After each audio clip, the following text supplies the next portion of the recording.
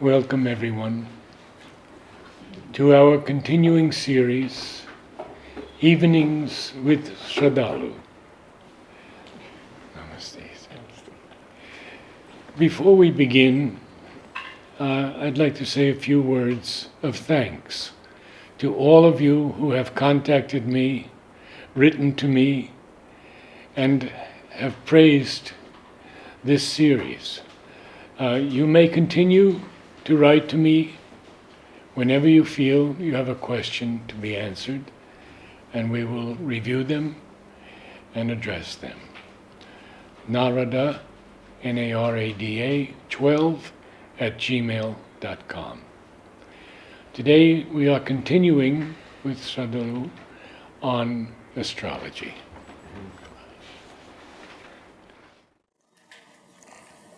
In our previous discussion on astrology, we had made a kind of a broad survey of the whole symbolism on which astrology is based. And we saw the framework of the horoscope and the role of the planets, the zodiac, the houses, and how they represent the relationship between the individual consciousness on one side, the universe or representing God or the absolute on the other side, and then the play of nature represented by the 9 planets. And the complexity, we got a glimpse of the complexity involved in the whole representation. I wanted to, rather than going in depth on the nature of astrology, what will be more useful will be to look at some examples of what astrology is not. And then maybe in the next session we'll look at how it can be actually applied, in what way it will be useful, or what is its utility in the context of the yoga particularly. So as examples of what astrology is not, because there's a lot of misunderstanding. The first idea people have is because astrology is mathematical, the whole of your fate is as if frozen in a mathematical timeline. Because astrology gives you these cycles of planets, beginning on this date to that date, such and such planet rules, and then within that sub-cycles, within that sub-sub-cycles, and things will happen when this date changes, and so on. So typically, a person goes to an astrologer and asks questions like, when will this problem be solved? And the astrologer gives a date, or says, after this is your good period, now is your bad period. And so the idea people have is, somehow if they wait long enough for that date, then suddenly things will become okay and their problem will be solved. Implied is the idea that your fate is fixed, and even this problem was the occurrence of a fate predictable from the chart, and its resolution is predictable.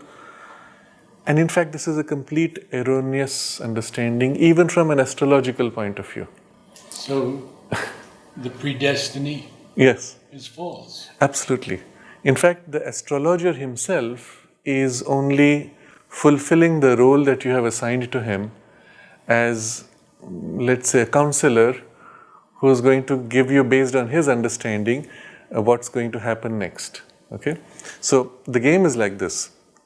An astrologer, first of all, the moment you approach him, his solution will be astrological. If the same fellow went to a financial analyst, his solution would be, stock market is down, wait for 6 months, it might rise. So he will give you a financial resolution. Somebody who's a medical person will say, looks like your mental faculties are low, here take some pills, it will boost your mental faculties. So the fact that you approached an astrologer means that you're going to get a response which will be in his worldview.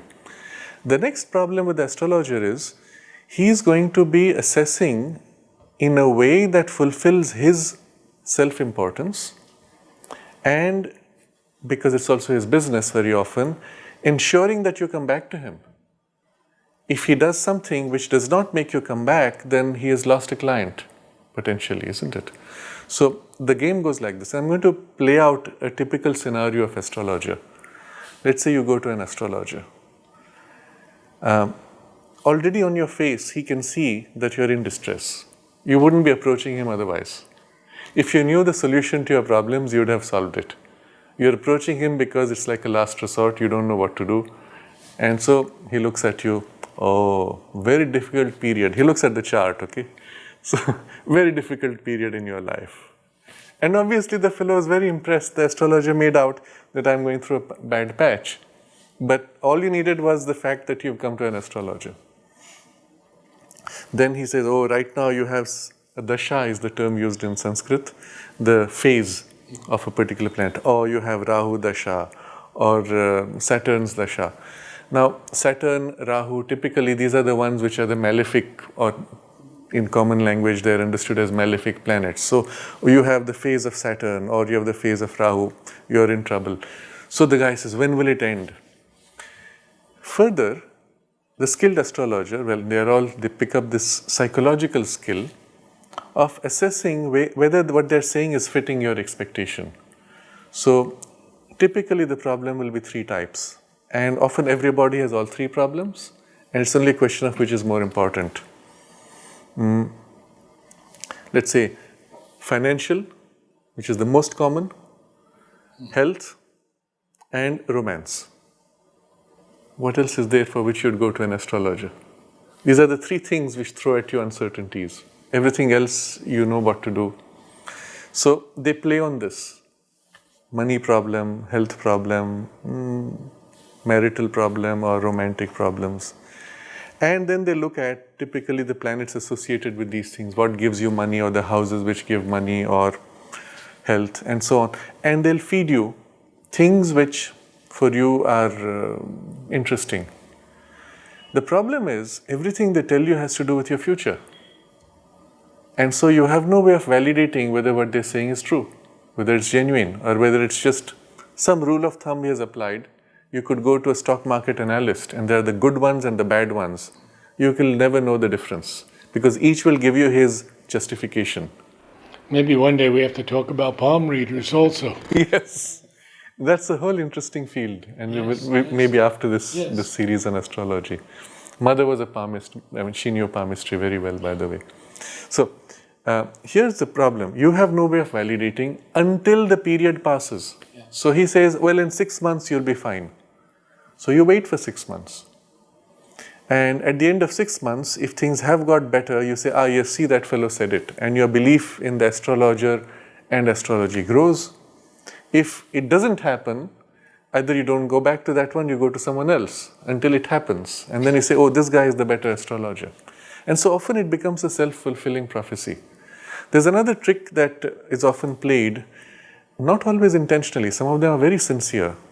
But they'll say, well, based on this numerology or chart, the answer to your question is 3. So he says, when will I get my money? Well, 3.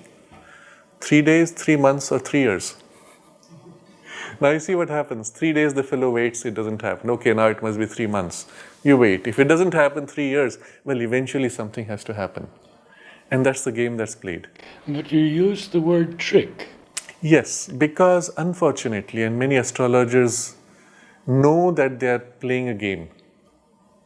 They have their knowledge, and I've seen astrologers, good ones and bad ones, and really gone in depth with them to see how far it actually works. And the bad ones are just doing rule of thumb. They have passed an exam which gives them a certificate that just knows they have the rules of thumb, and that's it. That's not enough to do an analysis. In a chart, typically, consider 9 planets influencing whatever question you have raised. You have 9 different influences pulling or pushing and modifying. How do you assess? It needs a very high level of intelligence or a deep intuition. And if the astrologer is successful, in most cases it is intuition. And the rule of thumb is only an indicator. So I'll give you an example now. I had a friend who was in business and in the real estate, and that's one of the most uncertain, tricky, cyclic businesses. And he was himself an astrologer because that's how he maintained his sense of certainty, some reference of stability where numbers give you a sense of fixity. And then he would consult astrologers. And then one day he tells me that he's passed away now. One day he tells me, I've found the perfect astrologer. This man is so good, he can tell you things down to the hour. And I said, okay.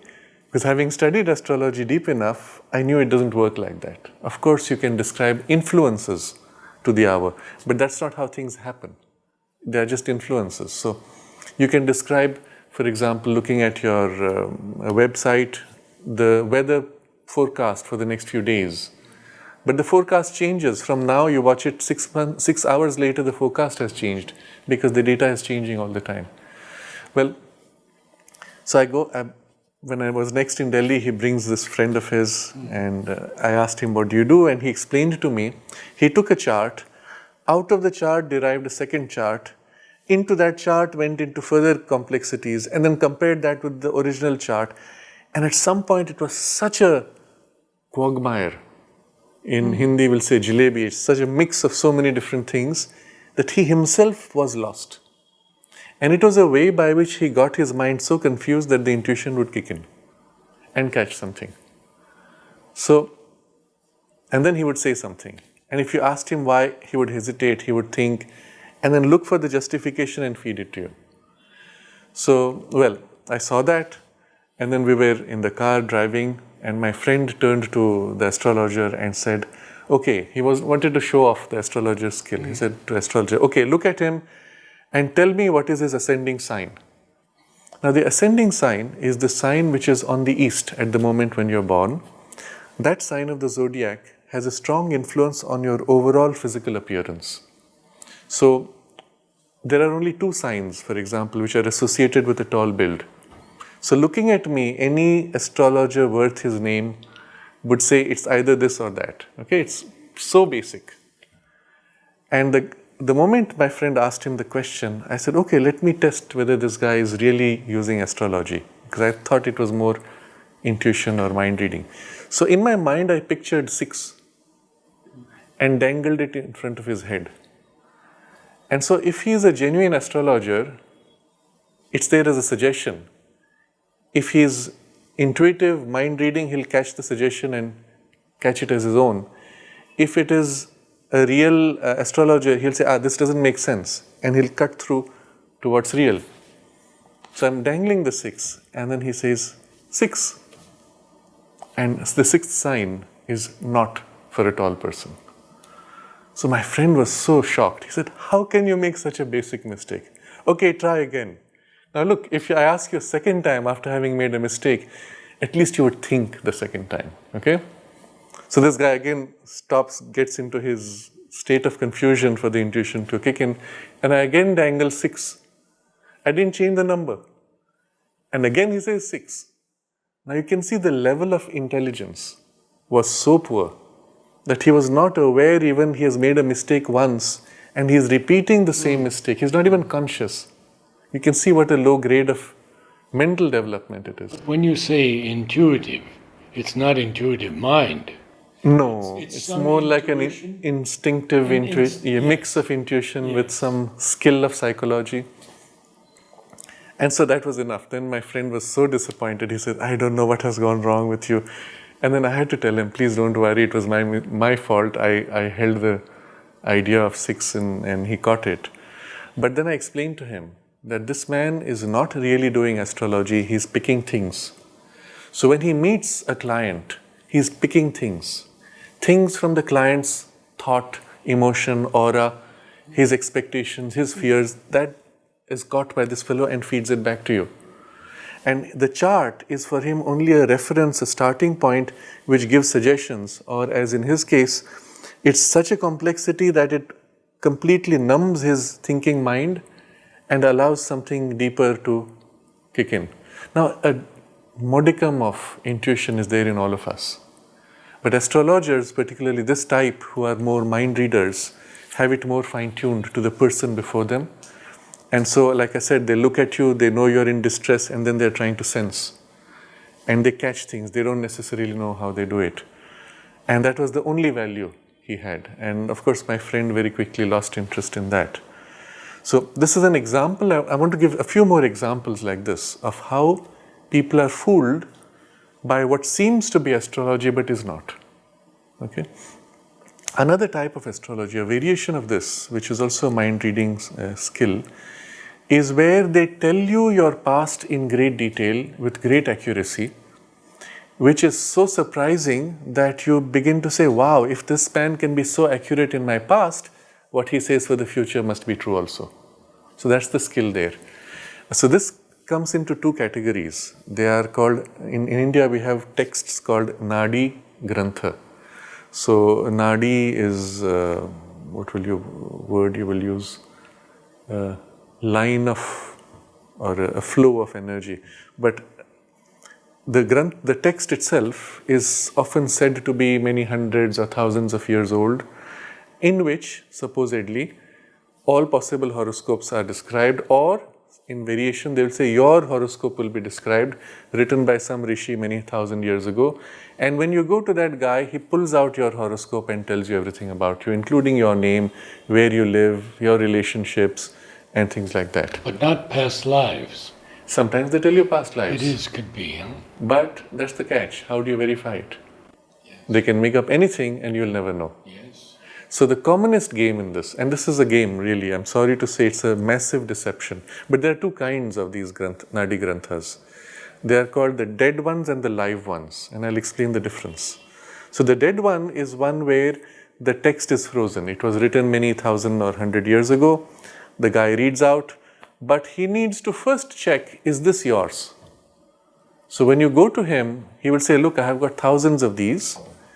Which one is yours? So I'm going to go through an index. And he pulls out this bundle and he says, I'll ask you a few questions to check whether we have your chart.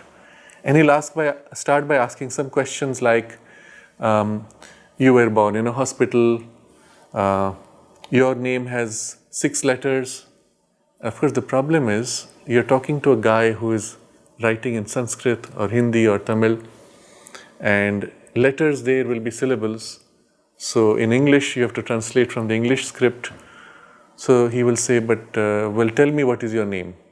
So you tell the name, and then he says, okay, it's so many letters, so that's the wrong one. And he goes to the next sheet. And he keeps flipping. The moment you say no, he flips the sheet. The moment you say yes, he asks the next question. And through a yes-no process, he's zooming in on specifics about you. You have 2 children, you have 1 child. Okay, before that they'll ask you're married or not married, etc. Then it gets more complex because today people are often divorced.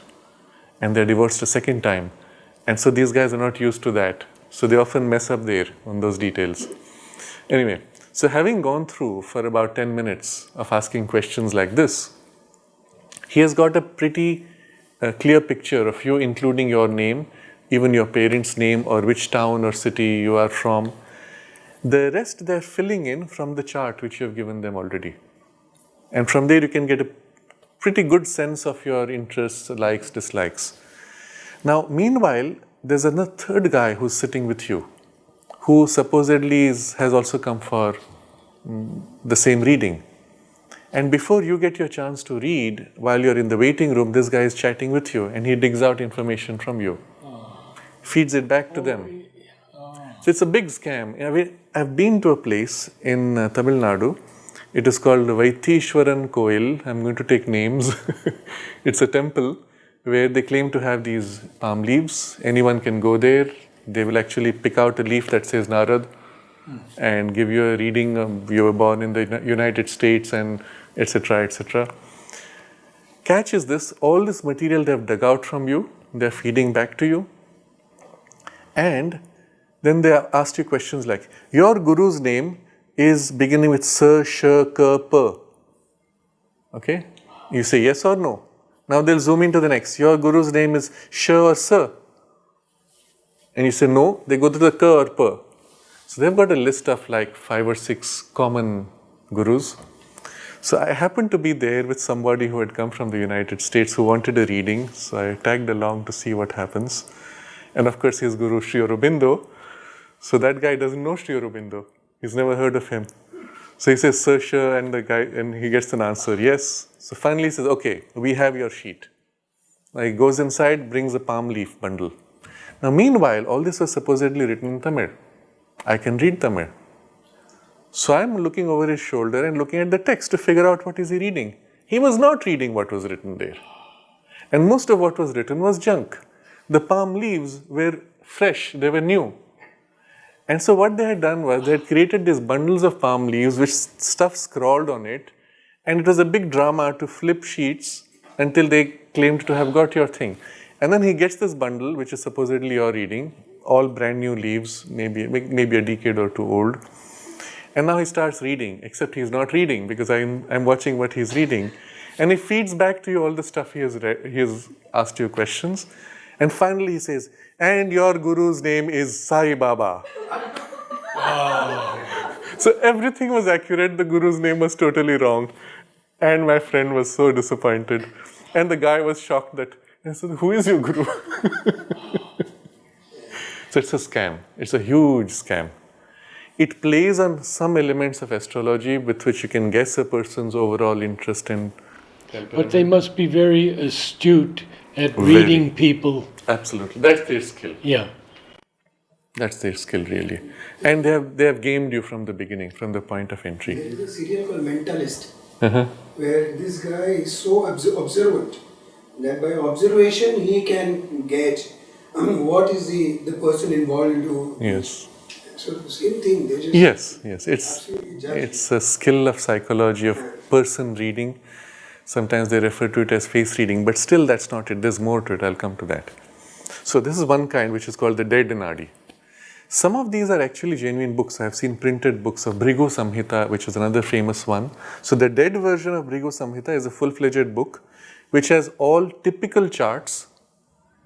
So let's say a chart where the sun is in this house, then the chart where the sun is in the next house, and so on, with all possible combinations. You can imagine how big the whole text must be. You can't have detailed readings for all. So you have broad readings. So the fact that, for example, you're likely to live in a place which is close to or has the character of the sign which is in that house which represents your residence. Okay? So if the sign is a watery sign, you're likely to be living near water. If it's a earth sign, you're likely to be living in a soil field, or if it's a They can't go air wrong. sign, you're probably near a mountain or on a mountain. So there are things like that you can pick out from the chart and feed that back. So you live in a place which is close to water. Now you'll probably say yes. Isn't it? Yes. Yes, okay. How does one know that? Because the sign is watery. But that's the interesting part. There are correspondences. If you had to choose a house, would you be happier being in a place which is close to water or in a place where there's no water? You personally. Where there's water. Why?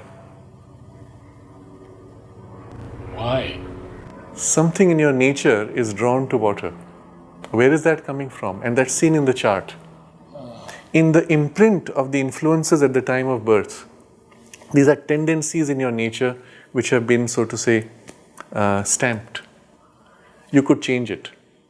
But as long as you're following your inborn, inherited nature, you will tend towards these types of things. So Sri Aurobindo explains that the chart is much more accurate in describing your character rather than events.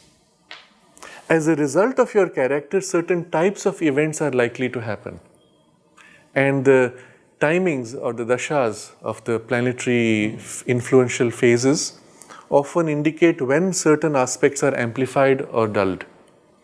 And with that, one can get a broad, rough sense of tendencies in your life.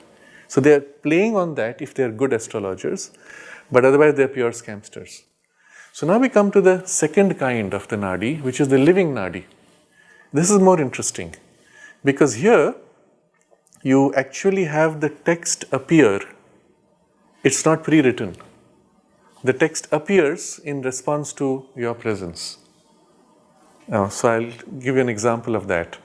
I went to a place in Orissa. A friend of mine had told me there's one very famous one, Achyutananda Malika is the name. Achyutananda was a very famous tantric some 500 years ago. Very powerful, extraordinary. He's like a household name in Orissa. He did extraordinary miracles, and even the way he died was amazing. He had literally, they say, discovered the secret of immortality and youth and healing any illness.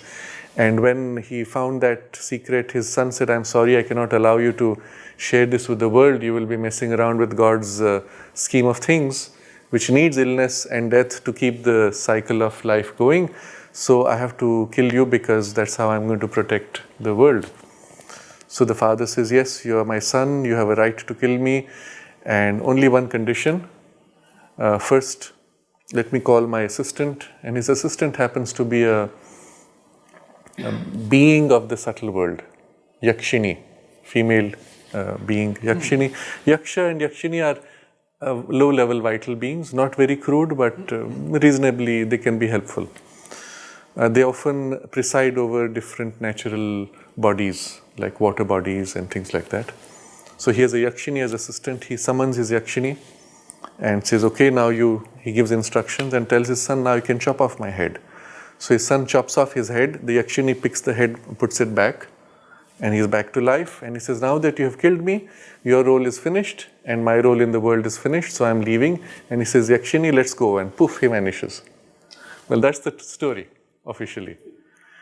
So there's a text apparently written by him, or a set of metal leaves which are created by him. It's called Achyutananda Malika, which is in the hand of a priest of a temple. So a friend of mine who was in Orissa said to me, this is fantastic, you must come and see it. I said, okay, why not? I had a day free, let's go. So I go with my camera and recorder, I want to record this. And the guy says, well, you've come on a Wednesday. Sorry, Wednesday I don't do readings. That is Achyutananda's day. But I'll answer your questions. So I asked him how he got it. Fascinating story. I don't know if you'd like to hear that. Yes. Okay. So he says, he started with saying, I was a priest in this temple, and he's still a priest there. And he says, like all priests, I didn't believe in God. Interesting. And he's doing his ritual worships daily. And then he says, one day, I thought, I would like to have darshan of the Devi, the goddess. And so I started doing certain practices. So I asked him, what did you do? He said, oh, meditation, pranayam, something or other. And then he goes on with his story and asked him, well, did you get your darshan? He says, yes, of course I had my darshan. So I was giving this as an example of a priest who as easily said, I didn't believe in God, as saying, yes, I had darshan of the Devi. And for him it was like, okay, it's the most normal thing. And she appeared to him in dream one day and showed him the image of a place and said, you must go there. And as if visually, he was shown instructions of how to get this bundle. So he thought about it and said, well, why should I do this? It's just a dream. And he ignored it. And the dream came 2 or 3 times. So finally, he goes looking for that place. And it was a location near Konarak where there was an ashram called Kalki Ashram. And he was shown that he must enter a well. So he goes looking for the well. And the head of that ashram comes and recognizes him and says, oh yes, you are the person, I'm supposed to take you there. So interesting. I went to that place to verify, and that head who had passed away, someone else from the ashram was there, who claimed he had seen the whole event. So there's a lot of objective verification for this. This man was put on a special program of diet and fasting to prepare him for what was to happen. And he was extremely weak from his fasting. He was not allowed to eat for so many days. And then the head of that ashram holds him by the hand and takes him into this well. And there are steps, you go around, you're in the water. So he takes him into the water and then he pushes him into the water. And for people who are watching outside, they said the fellow vanished for a long time. This man says, when I was pushed into the water, I found myself pulled into a tunnel. It was dark, so I kept on walking. And there were roots of trees poking because it was all sandy on the side. And then he said, I came to a room and it was full of these bundles of palm leaves. And there was this one which had been shown to me in the dream, so I picked it up and I came out. So I said, okay, hang on. You went in all the way, you picked up the bundle, and how did you get back? So I said, no, I don't know. I just picked up the bundle and I found myself thrown out of the water. So something very odd in the description. And the people there confirmed that they saw this man gone for a long time and then he jumped out of the water with this bundle in his hand. And so the head of the ashram said, well, that's all I had to do with you. You can go now. This guy comes home with his bundle. He doesn't know what to do with it. So he leaves it lying in his temple for a long time. Then he said a sadhu came from Maharashtra who said to him, you have a bundle lying. Let me show you how to use it. and then he teaches him how to use it. So this was the story, quite fascinating. And like I said, I validated certain elements of it. I took photos of those places. I took the photo of the bundle. And then I said to him, well, how does it work? He said, okay, let me show you. So just a moment back, he said, I'm not doing a reading, but now he's going to show me how it works. So I said, great. He pulls out the two bundles. One is copper plates. The other is what looks like tin plates.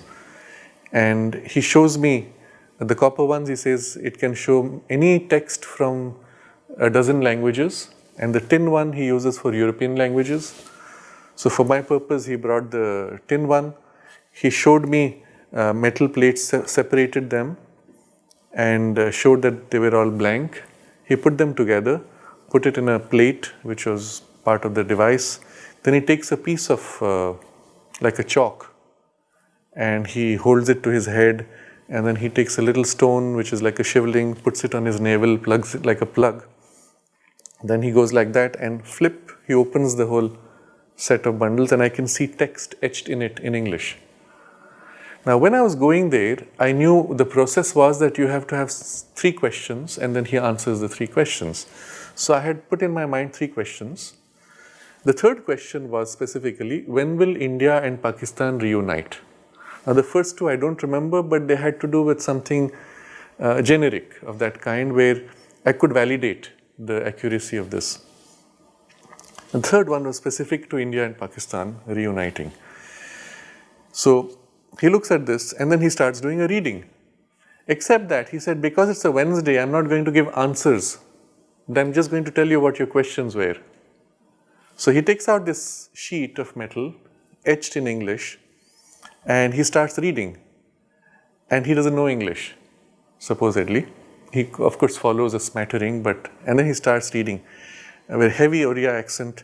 Dancing in your mind is this question, ta, sha, shla, pa. I couldn't follow half the words, but dancing in your mind.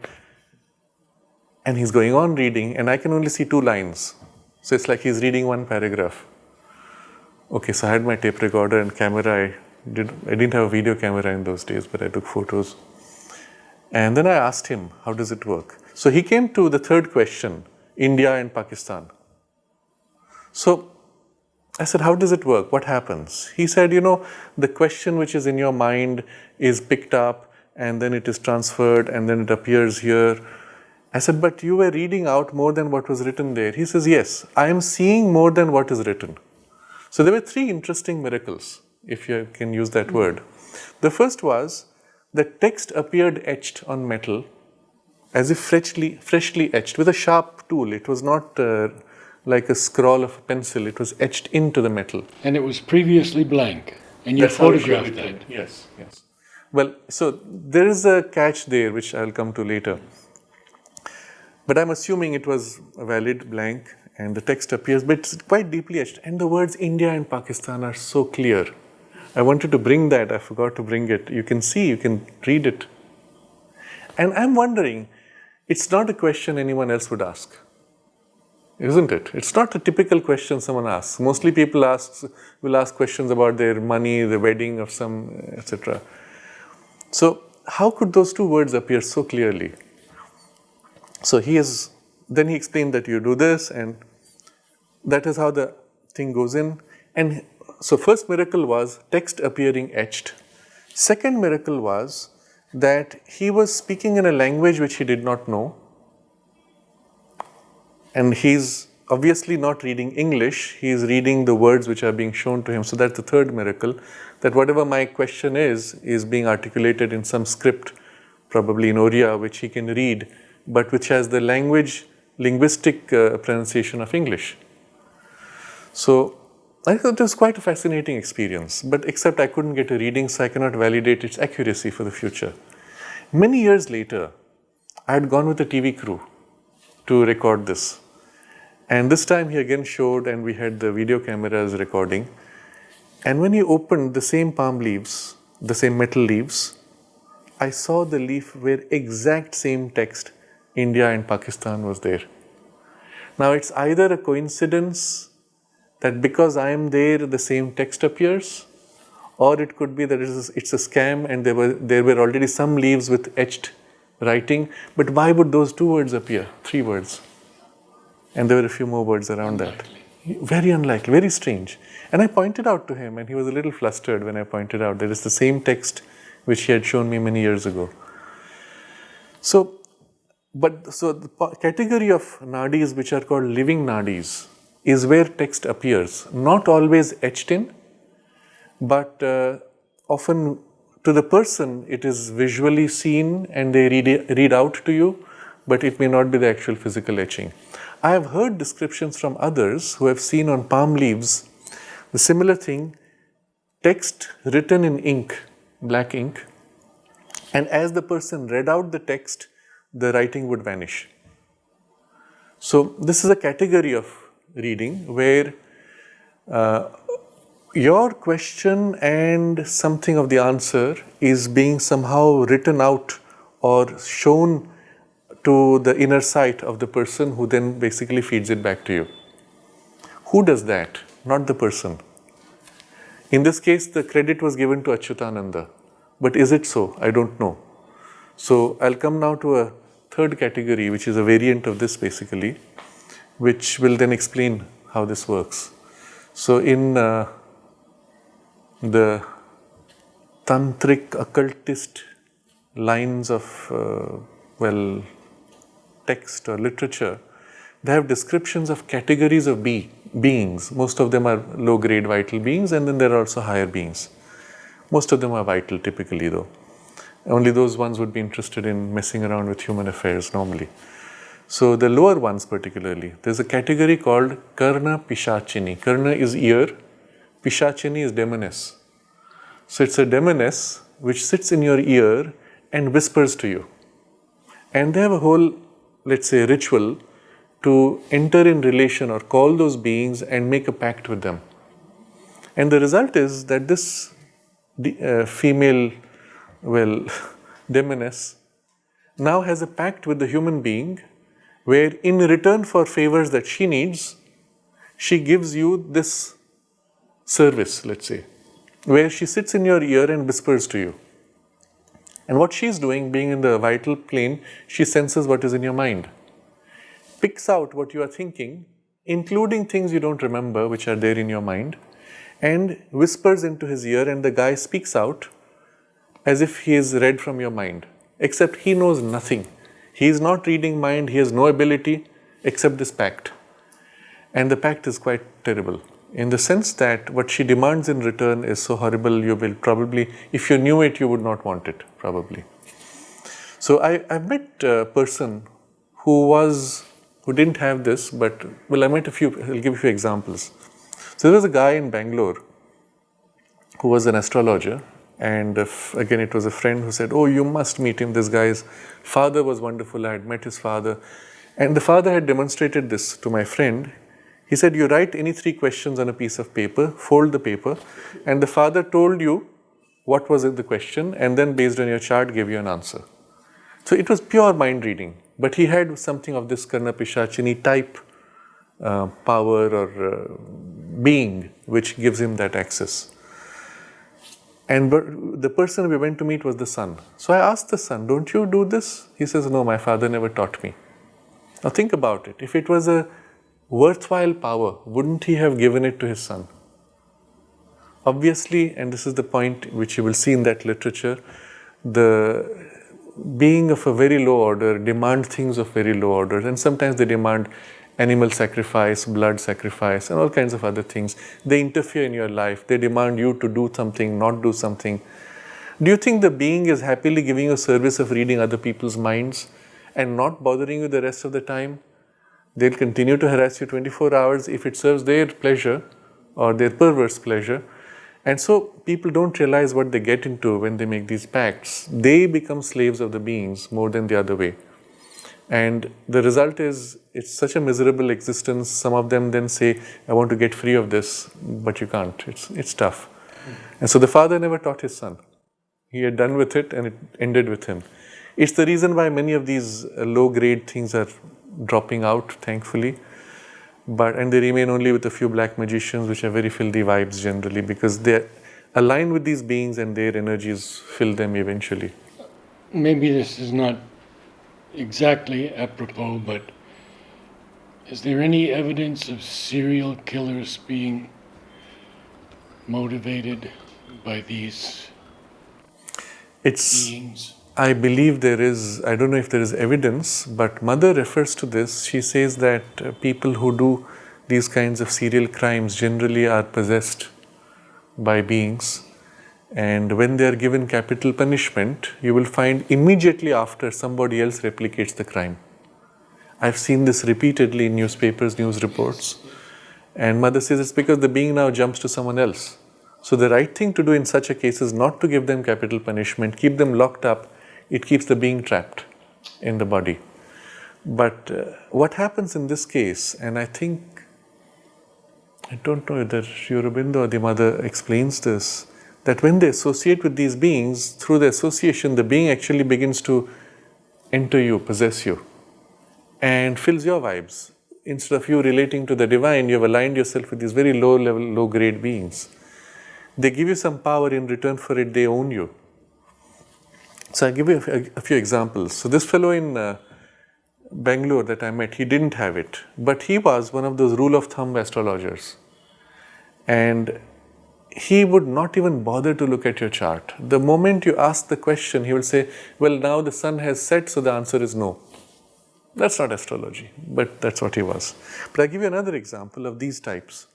This is a friend of mine in Delhi who was into this sort of thing for a long time. So many of these stories I had heard from him. And he was going to all kinds of people. And then one day he told me, I found the man. He can tell you everything. He gave me all accurate description. So I had explained to him, look, these are karna pishachini types. They are mind reading, no use. But anyway, he dragged me along. So I said, okay. When I went, I invoked Mother's presence as a protection. So I went to that fellow's room. He had a big bowl where you throw in 100 rupees. The vibes were so filthy. But anyway, I stayed in my protection. And the guy barely looks at me and starts mumbling. You, at the age of 18, you tried to enter the Indian Army. You failed in the Indian entrance exam. Then you tried to enter the Air Force. And then you went da. Every single statement was wrong. Perfectly, accurately wrong. And my friend knew enough of my background to say, I don't know what happened. He was 100% wrong. With me, he was 100% right. And I said, well, because he could not see through. You see, because I had invoked Mother's protection, and that's it. It was like a screen. Yes. And this is so effective to, it completely blocks their sight. But what is interesting is the being still fed him trash. And the fellow doesn't know one thing he doesn't know what is true, what is false. He's just repeating what is being whispered in his ear. And there's another example I want to give, a positive example. This was a friend of mine whose family came from Karnataka, and their entire family, in some very unusual circumstances, suddenly shifted to Pondicherry, and then he joined our school. His brother was in my class, and they had no contact anymore with the relatives in Karnataka. And these were, 50 years ago. You didn't have easy communication. So someone there was concerned whether they were safe. So he went to one of these types. So in the old days, every village had someone, shaman type, who had access to things of the subtle worlds.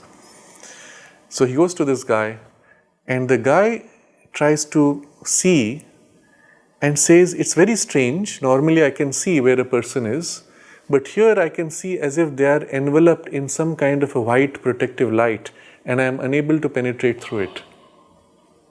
Interesting. Just the fact that they were in the ashram under Mother's protection, it was the time when Mother was physically present also, and he couldn't see through. But he said, all he could say was, it is a heavenly region, it is like a heavenly space, but I can't look into it. I'm blocked. So that's what happened in this case also. But, so this I give it as an example of people who are basically mind reading, but they don't read, it's some spirit which does it. And it's the similar principle of a séance. In a séance, which was very popular in about 100 years ago in Europe, everybody was doing it, and they were even trying to understand the science of it. So what would happen? Typically a dozen people would be sitting in the room, it would go dark, and then a form would appear. And it might be your grandmother who's passed away. And now she appears with the full appearance, and she talks to you and tells you things which only you knew, including things which you had forgotten, by the way. And then she vanishes, and then some other form appears relating to someone else and talks to them, and so on. So the trick they play, of course, is there's only one being. It takes the image from your mind and kind of puts it on its face. The rest of the body is the same, it's only the face changing. And it reads what's in your mind and feeds it back to you, and so everybody is impressed. So many spirits came, maybe a dozen spirits came, and they were all busy talking about, none of them have taken birth, obviously. You can invoke Napoleon and he is there, he's not taken birth. He's still waiting to have communications through séances, which is odd if you think about it. And often the spirit itself, to be able to materialize, needs material substance, dense enough to materialize, which is taken from the medium. The medium then goes into often a cataleptic type trance or close to catalepsis. So mother narrates this incident when she had somebody who she knew had gone to a séance. He was a scientist, and the being which had materialized was walking by, and he suddenly reached out and pulled at the dress of the being and tore off the dress. The being shrank back and the dress was torn, the being vanished, and instantly as he did this, the medium screamed and had a shock, and when she was revived, it shocked her because it was her body ectoplasmic substance which was being used by the being. So the shock of the being being hurt or the dress being torn was on her body, but this material which he tore off then stayed materialized.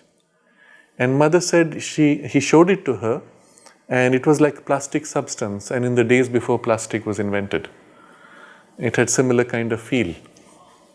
But this is to show you, I'm broadening the whole issue, there's a whole class of phenomenon which passes for astrology or materialization or communication with the dead, which is all done by beings which are basically taking stuff from your mind and feeding back to you and impressing you by the fact that they are 100% accurate on your past, and therefore to you it looks like they must be accurate for the future. So I'll give you one last example of this, maybe another. So this happened in Pondicherry. There's a guy in Pondicherry who was doing stuff like that, and I don't remember how it was, but somehow I was made to go to him. And so I had a very specific issue. It was something had happened in relation to a person I knew. There was a medical negligence accident, and I wanted to know, was this intended or was it an accident? And I said, well, okay, this type of person should be able to see that or sense that because it's already in the past.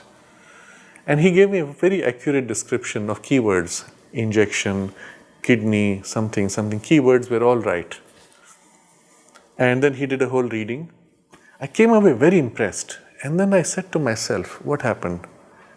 Everything he said to me was 100% accurate as far as past is concerned, and there was nothing which I didn't already know as regards future.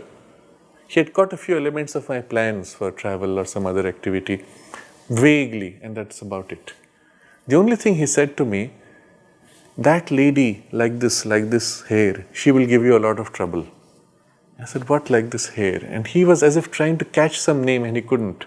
But he was seeing a picture so he could describe an image. And it so happened a couple of months down, there was a person who gave me a lot of trouble, and later I realized it fitted that description. But what is interesting is, if in my mind the name had been clear, he would have caught it, but there was a picture he caught and fed it back to me, and he was similar. And with him I could have a frank chat. I said, where do you get this power? He said, these are beings which do it. And he said he had also dabbled in materializations, and he had done that for a while. And he said, it's no big deal, there's just a being which brings to you what you want.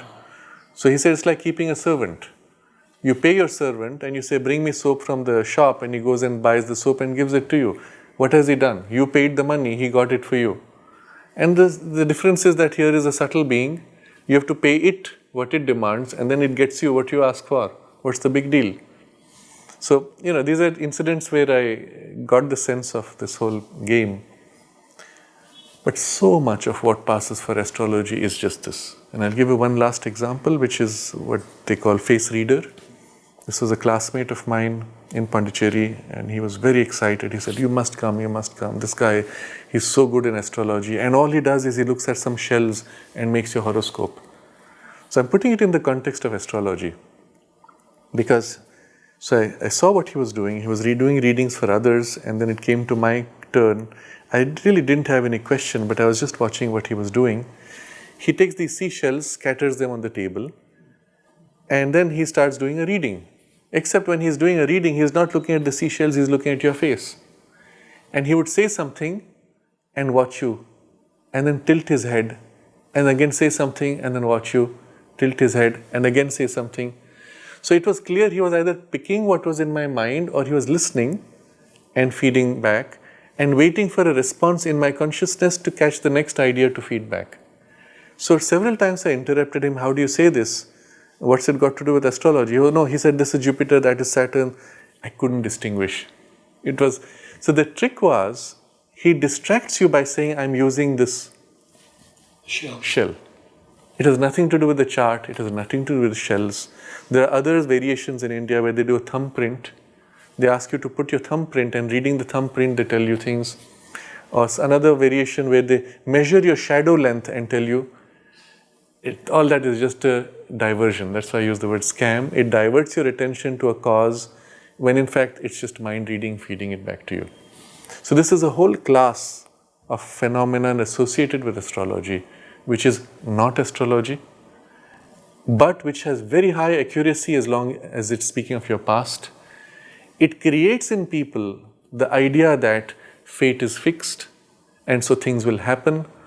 But by exposing yourself to things like that and accepting the idea that you wait 6 months for the problem to solve, you've only delayed the resolution of the problem. And yes, sometimes the problem does fade out, but not always. Sometimes it just changes because you waited too long. And I would warn people not to get stuck, not to get caught into these kinds of scams. I've gone into it in great depth to tell you what astrology is not, and do not get caught by these things. Once you understand how it works, you will stay away from these things. So in the next session, we'll discuss what astrology can measure, can describe, and what is its utility or not. Good.